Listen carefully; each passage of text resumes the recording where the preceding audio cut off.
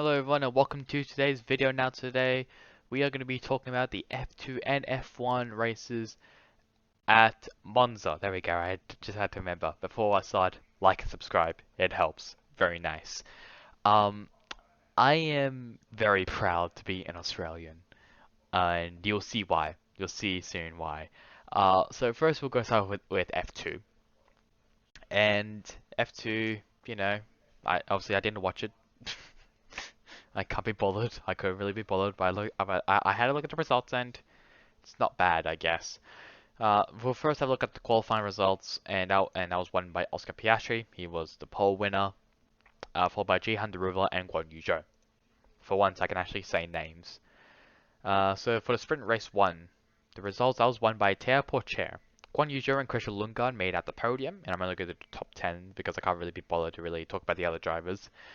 Oscar Piastri 4th, then Liam Lawson, Robert Schwartzman, Bente Vishkau, Yuri Vips, Jihan Daruvala, and David Beckman ran at the top 10. As you could tell, he's actually driving for Campos Racing now to replace Matteo Nannini.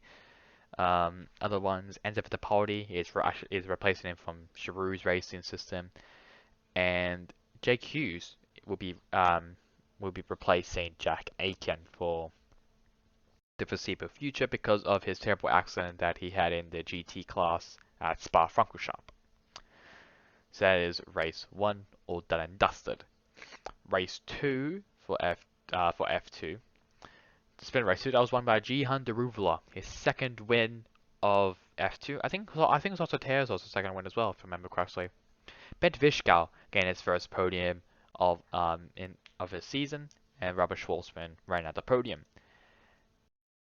Behind them, Liam Lawson, David Beckman, Yuri Vips, Oscar Piastri, Guan Yu Zhou, Ralph Boschung, and Teo Porcher ran out the top 10. And finally, for the feature race, all that matters, and that was won by Aussie man Oscar Piastri, Guan Yu Zhou 2nd, and Dan Ticktum in 3rd. Teo Porcher is 4th, and Jihan Daruvala, Robert Schwartzman, Liam Zindelli, Rory Nissany, Marcus Armstrong, and Christian Lundgaard ran out the top 10. So now let's have a look at the driver standings, and Oscar Piastri currently in the lead in the standings, in front of his Driver Academy quote-unquote teammate Guan Yu Zhou, then Robert Schwartzman, Dan Ticktum, Teo Porcher, Yuri Vips, Jihan Daruvala, Liam Lawson, Felipe Drugovich, and Richard Verschoor ran out the top 10. Obviously, the next race for F2 will be at Sochi. And I think that's also for all the formulas, all the 3 Formula series. Formula 1, 2, and 3 will be the next race, will be Sochi. For the final time as well, because they're going to go to Igora Drive next season. So let's have a look at F1. And I am very happy. Everyone should be happy. Because our showy boy, Daniel Ricciardo, wins the Italian Grand Prix. Behind him, Lando Norris 2nd, so basically a McLaren 1-2, and Valtteri Bottas in 3rd place. I think this also makes, with Ricciardo's win at McLaren, this also makes, I think, the second time that a midfield team actually won. So good job F1 2021. It's fantastic. Charles Leclerc finishing 4th place for Ferrari. 5th place, Sergio Perez and Carlos Sainz, Lance Stroll, Fernando Alonso, George Russell, and Esteban Ocon ran out the top 10. Yes, George Russell is now a consistent points scorer. Behind them, in 11th to 20th, Nicholas Latifi, Sebastian Vettel, Antonio Giovinazzi, Robert Kubica, Mick Schumacher, and all the drivers who DNF'd, Nikita Mazepin, Lewis Hamilton, Max Verstappen, Pierre Gasly, and Yuki Tsunoda. Yes, both of the AlphaTauri boys retired, and both of the championship contenders as well, Verstappen and Hamilton, over a pretty controversial crash, and that's what I'm going to be talking about quite a bit in this video.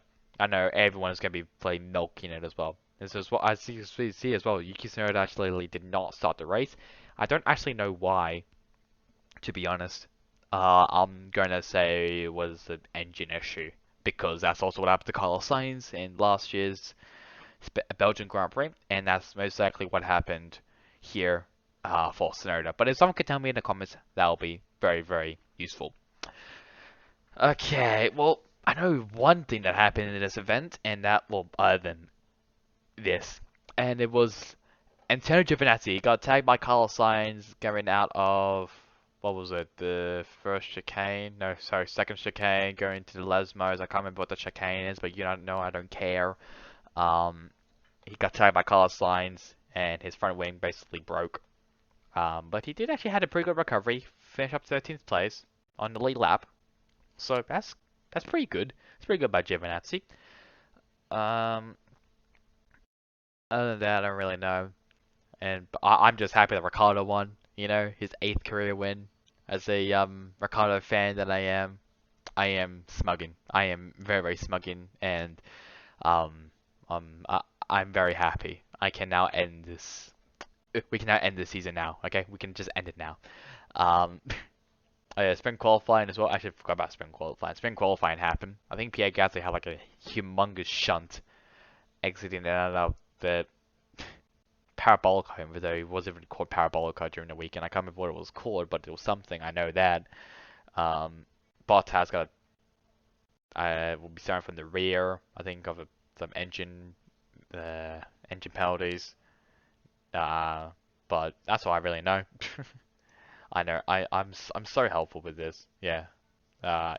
So Bottas started from the rear due to additional power unit elements, basically new power units and everything. And I am very, very smugged. I am very happy that Ricardo won. I'm very, very happy. But yeah, so that is the Italian Grand Prix all done and dusted. Let's now have a look at the driver standings. And Max Verstappen, Lewis Hamilton still have a very close lead. Was it like 4 points? I don't know. I can't math. Behind them, Valtteri Bottas, who'll be moving to Alfa Romeo Racing, Lando Norris, Sergio Perez, Charles Leclerc, Carlos Sainz, Daniel Ricciardo, Pierre Gasly, and Fernando Alonso around the top 10. Also, I just realized something, but I'll get to that after when I do the standings. Esteban Ocon in 11th and Sebastian Vettel, Lance Stroll, Yuki Tsunoda, George Russell moving up to Mercedes as well, forgot to mention. Nicholas Latifi, Kimi Raikkonen, who will be retiring. Antonio Giovinazzi, Mick Schumacher, Robert Kubica, and then Nikita Mazepin right out. The drivers who've raced currently in F1 2020 in 2021. Alex Albon will also be Williams as well to replace Russell, so that's fun. But I just also realized as well, if you don't know, you probably do, but I don't know. Zach Brown actually made a bet with Ricardo that if he gets a podium, he will get to drive one of Dale Earnhardt's cars. Um, and he got a podium. He actually won to make it even better, and he'll be driving it. I don't know where, I don't know when, but it's gonna be very, very excited for him, and I'm very excited for him as well because Earnhardt was actually um one of his um celebrities he looked up to, or athletes he looked up to. There we go. He was a fan of Dale Earnhardt in the black number 3, but it's a Goodwrench car, so it's just blue and it was blue and yellow. So it's like I think it was like the 1970s or 80s. There, look at that, some history lesson with for you for NASCAR. Look at that. No one probably really cares about it, but there it is. Ricardo will be driving Earnhardt's car at some point. Anyways, let's have a look at the good old crash that happened between Max Verstappen and Lewis Hamilton. Okay, here. I just gotta hope that I don't get bloody, copyright striked or whatever because FOM. Anyways, let's just obviously just skim through this. So obviously Hamilton didn't really give Verstappen a lot of room. He went over the orange curb, went up a bit as airborne, and then I think he just tried to he tried to probably just, level his car out so he could just have a pretty good, I guess, a decent exit from that out of the chicane, but he got a little tail end happy there, and then his rear wheel collided with Hamilton's rear wheel, and then that sent him flying. Ooh, what a great picture. What a great shot right there. That's what we call a thumbnail. Anyways, I'm not gonna be using that for my thumbnail, don't worry. His car actually sits on top of the engine cover for a second, and then it collides with that, And then this is a scary part actually. I saw this on social media. I was like, what the fuck? And then his car, yeah. So his head actually like sits on top of his head. I think I'm gonna try and find out like a picture, a picture of it. Is this it? Yeah, this is it right here. The Halo once again saving someone's life. You know, the Halo was actually a good suggestion. I know like we all mocked it kinda when it was announced like 2018 I think it was. We all said it was ugly, but it's actually saved lives. It saved Leclerc's life. It saved Grosjean's life. Saved Ericsson's life, and now saves Hamilton's life. The wheels are just sitting on top of it, and you can see his head is also like, you know, bending down a bit just so he like, you know, doesn't get the impact of it. Um, so it's amazing obviously to see this invention obviously saving another driver's life. It's I'm very happy of the safety that we have for F1 and basically like for all, like for most motorsports as well. So I'm also really happy about that. But that was a very scary picture, I'll be honest. When I first saw that, I thought he had like a head injury or something. I was surprised that Halo actually kept it intact and saved him from any injury. So I'm really happy about that. But anyways, obviously not a lot of people really happy with any of them really. Like some people say Hamilton didn't leave a lot of space. Some say Verstappen was a bit too aggressive. I say yeah, both of them. True that. But I'm not really, I can't really bother really just decide like who's right, who's wrong, and everything. It is a racing incident. I think Verstappen also got a 5 place grid penalty. Next race, which would be Russia. And yeah, so that's really about it. Obviously, next race will be Russia. I guess we'll have a look at the times as well if you want to know the times. That if you're Russian, I need to actually get all this for like all of the series. Hang on. Okay, so so I'm only gonna say the track times only. So on 24th of September, will be FP1 and FP2 at 11. So first for FP1, 11:30 to 12:30, and then FP2, 15 to 16. So that is what is it, 3 o'clock to 4 o'clock if I remember correctly. 25th of September, that'll be 12 o'clock to 1 o'clock for FP3, and then qualifying will be on 3 to 4, and then on 26th of September for the race, it will be from 3 o'clock to 5 o'clock. For F2, yeah, I don't know. We don't know what the times are going to be for F2, nor do we know the times for F3, but that's basically what it's going to be.